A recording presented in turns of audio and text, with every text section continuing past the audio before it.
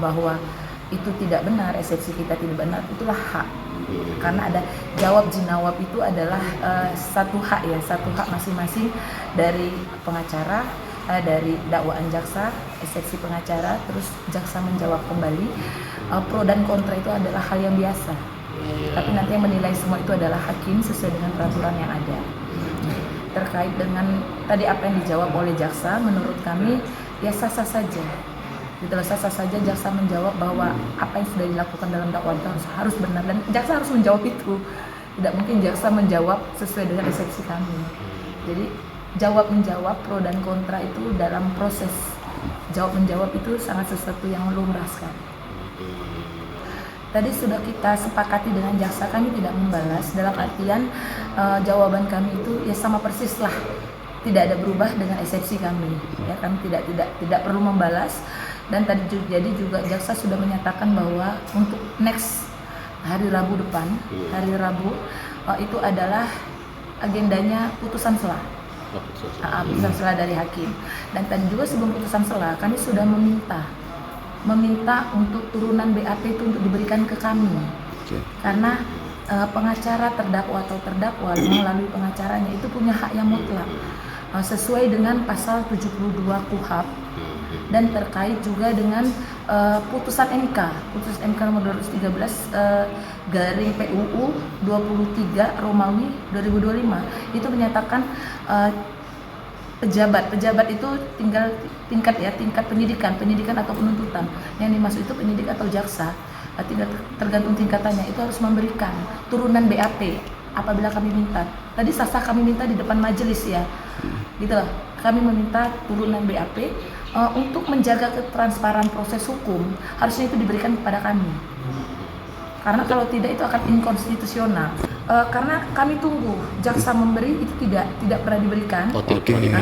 Tidak pernah diberikan, hanya kami tadi mengajukan di depan hakim ya, di depan majelis hakim, dan tadi kita sama-sama dengar ya jawaban majelis hakim bahwa iya itu hak kami gitu kan, hak kami, dan silakan penuntut umum memberikan ke kami BAP-nya. BAP, turunan BAP. Turunan BAP baik itu BAP tersangka, baik itu BAP terdakwa maupun BAP saksi, untuk menjaga transparansi proses hukum yang terjadi. Dan itu wajib ya, harus dikasih. Sesuai dengan KUHP pasal 72 itu tidak dibunyikan dia hanya BAP terdakwa atau BAP saksi, tidak dibunyikan, tapi itu turunan lengkap pada proses yang tidak absolut, mungkin pada proses penyidikan. Di KUHP nomor 72 itu disebutkan seperti itu.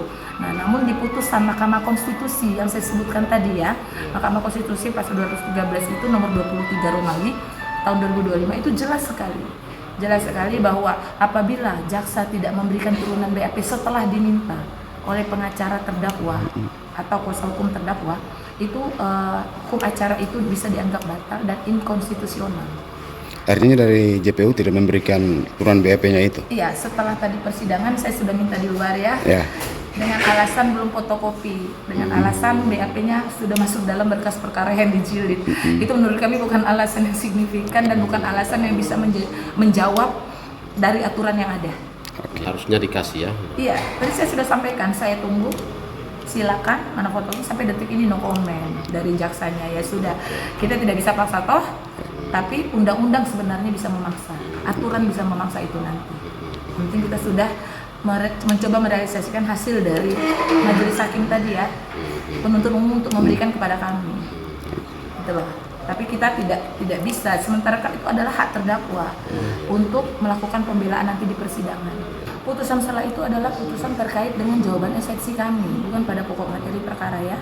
Nah, apabila hakim memiliki keyakinan terhadap material, formil dan material terkait dengan eksepsi, dakwaan dan eksepsi tadi, hakim bisa memutuskan dan bisa melihat sendiri fakta yang terjadi seperti apa dari dakwaan hingga kami jawab eksepsi, bukan fakta persidangan terkait material. Tapi namun seandainya hakim mungkin punya keraguan atau apa, itu hak hakim juga untuk melanjutkan ini sampai dengan pembuktian. Gitu loh, karena terkait dengan material perkara itu memang ada pada pembuktian. Material perkara ya, bukan material pada proses dakwaan atau bicara formil dan material dakwaan. Ya, kemarin kan Ibu sampaikan juga bahwa salah satu barang bukti yang mereka miliki adalah data kependudukan yang diduga palsu, Ya. tetapi bukan autentik ya, hanya dalam Ya. gambar dalam HP begitu ya, Ibu. Iya. Ya.